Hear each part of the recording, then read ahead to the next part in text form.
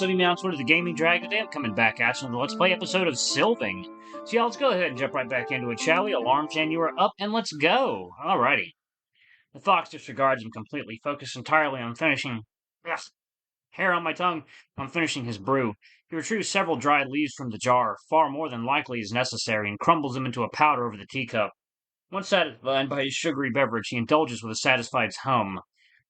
Is he always like this when he wakes up? Before he gets his tea? Yes. Get all this hair off. Okay. The fox demands silence for his reverie, and Agnar and I just wait awkwardly for him to finish. He's taking long, deep, greedy sips, and then he goes for seconds. What the fuck? Get this shit off of me. God. I'll just lay down in this bed. I'm at my parents' for the weekend. I cannot believe he used actual magic rocks in a tea of all things. Why is he so hung up on witches if he's got stuff like this lying around? Ah, now that hits the spot. After downing his third round, he sets down his cup and slaps his face to banishing lingering fatigue. With a wide yawn and stretch, he finally regards us. So, what did you get up to while I was resting my eyes? We just returned from visiting two locations, the inn and the bakery. We assessed how well the charge adapts to new environments, and his ability to familiarize himself with strangers. The civilians have witnessed the charge acting in a natural fashion, and I believe apprehension of his presence is already fastly waning. Excellent news. Getting out, satisfying public intrigue. A very good plan, Sir Agnarr. Mikkel slowly swaying, keeping himself up straight by leaning onto the chair. So, we're just gonna ignore the magic rocks that can make literal fire and water? Now a bit more awake, the fox finally seems to catch on to the reason for my interest. Ah, yes, magic crystals. They really are wonderful. They can do so many different things, but we only know of 5 or 6 types that are of any practical use. He fishes back out the red crystal and brandishes it to me. Do these interest you? They're literal magic, of course they do. Wonderful. I will bring some by tomorrow and we'll add them to your curriculum. Curriculum? As in having to study?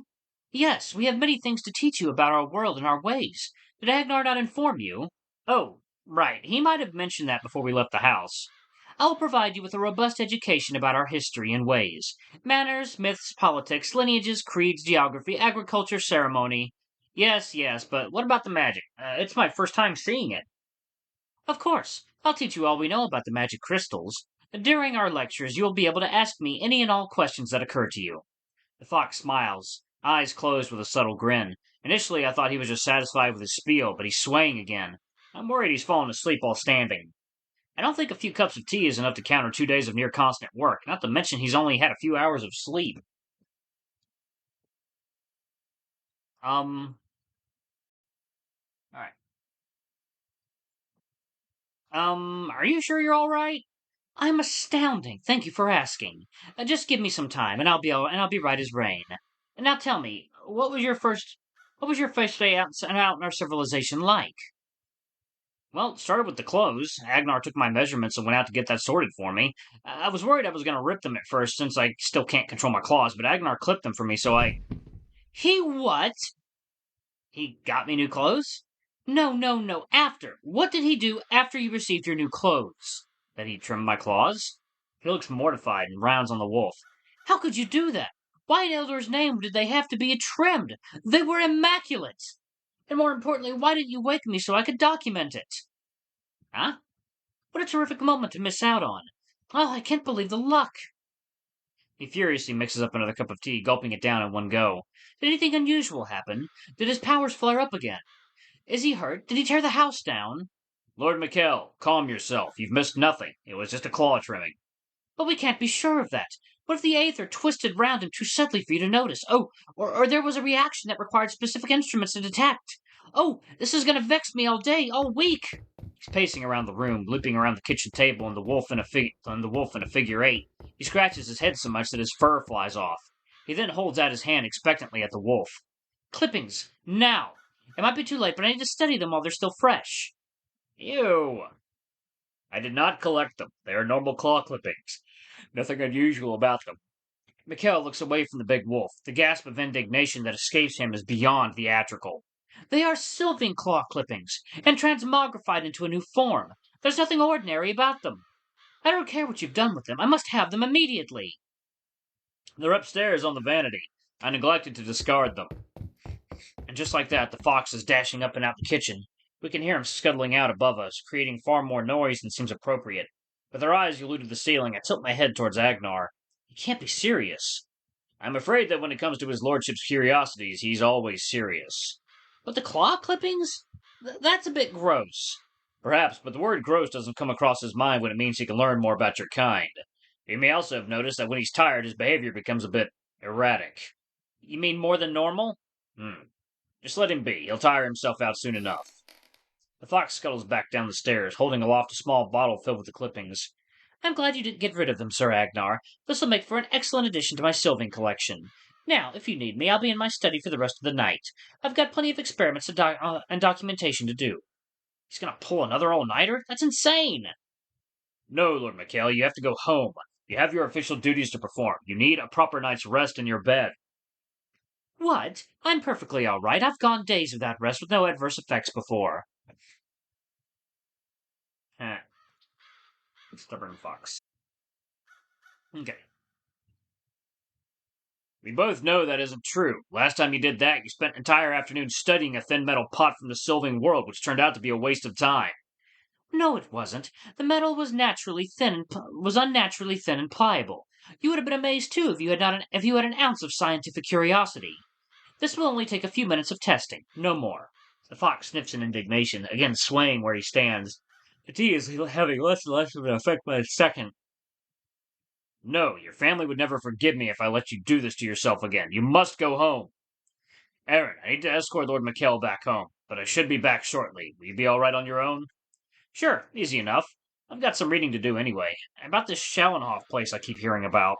I retrieved the book from the table where Mikkel was sleeping and wave it. Good. Then we'll leave right away. No, here, let me help you, Aron. I only need an hour with you. My lord, listen. You need to go home so you can get some proper sleep. Oh, pish-posh, I'm fully awake now. No need to be so dramatic. The fox is talking to the spice rack in a daze, evidently mistaking it for Agnarr. His balance is so bad it's a miracle he hasn't collapsed yet. Agnarr is forced to step in and steady himself by resting their paws on his shoulders. All right, here we go. Lord Mikkel, just hold on to me. He pushes the now sleepwalking fox towards the exit. I hurry to the door to hold it open for them. I'll be back soon, Aron. Wait, can I at least have some of your mane to... The fox reaches for me futilely as he is gently forced through the door by the wolf. I wave to Mikkel by the door as I watch them walk down the street. I hope he actually sleeps when he gets home. It was fun being out today for a change. It was only for a short couple hours, but I think I've had enough exploring for one day. With nothing else to do for the rest of the day, I go back inside and take up on some light reading. I shouldn't take too much to get a head start on tomorrow's lecture.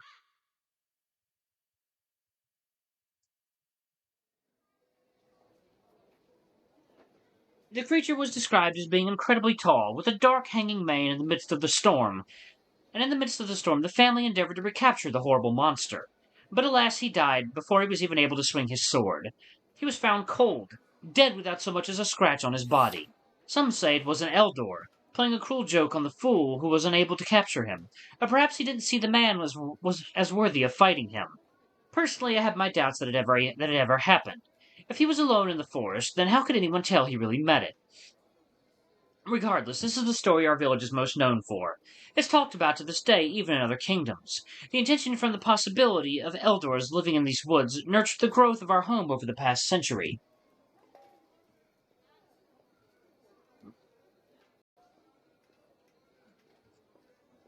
To the point where that we've been able to diversify the workforce and expand the fields to accommodate a growing population.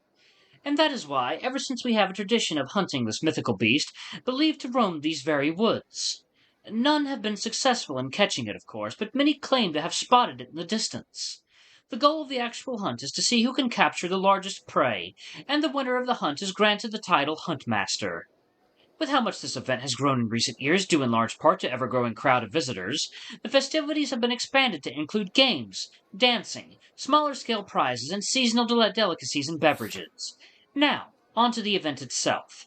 The festivities are centered around the staging grounds where the hunters first set off in search of their prey, The crowd enjoys feasting, music, and dancing while awaiting their return. They can stop! It's been hours! Hours of Mikkel going on and on about this village. He's given me no time to breathe or think or digest any of what he's saying. It wasn't so bad at first, but he's got a bit of a nasty habit of going into unnecessary detail. It's so bad I can't even remember the big picture stuff that I'm supposed to be learning. And he keeps using all this jargon, too. Names and places I have no context for and likely never will. I've tried asking what those words mean a few times, but it only provokes a new winding lecture on a completely irrelevant tangent. I'm too scared to ask any questions anymore. Whenever I fantasize about getting caught up in an adventure like this, I never imagined it would involve so much rote book learning. I might as well be back in high school. As for when the winter is announced, Mikkel, please, it's been hours and we haven't even had a break. It's hard keeping everything you've said so far in my head. If we keep going like this, my brain will literally explode. My apologies, Aron. I thought that since you're a Sylving, you wouldn't have any trouble learning at this pace. I'll remember to note your current limit for taking in new knowledge. I must say I'm surprised you have such low endurance for memorization. Rude.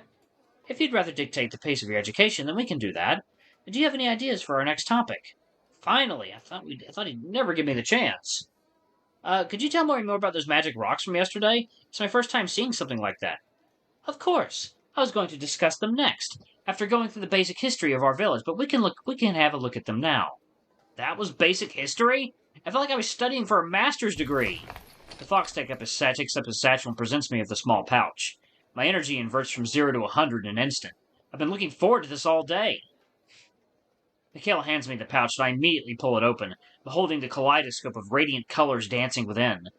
Each of these crystals contains a different element, reflected by their dominant color.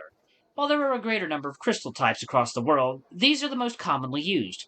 Red is fire, blue is water, cyan is ice, yellow is light, and green is air. That's pretty simple. Knowing which one is which will be pretty easy. So, how do we use them? Oh, that part is so fascinating. Do you want the drab, short summary, or would you rather have the full extent of my knowledge and acquire a crystal clear understanding? The first one. Mikhail looks both caught off guard and disappointed, but he quickly composes himself and tugs on his collar, letting out some heat. I guess he really wanted to give a whole lecture on magical crystal theory. There are certain crystals in our world that are naturally capable of storing a specific energy, force, or substance within them. When exposed to a specific metal, this attribute reverses, expelling the stored product. Allow me to demonstrate. He splays his palm, asking for me to return the pouch of gems. I do so, and he walks towards the window. He then closes the window shutters, darkening the room significantly, with only a single stream of sunlight peeking through.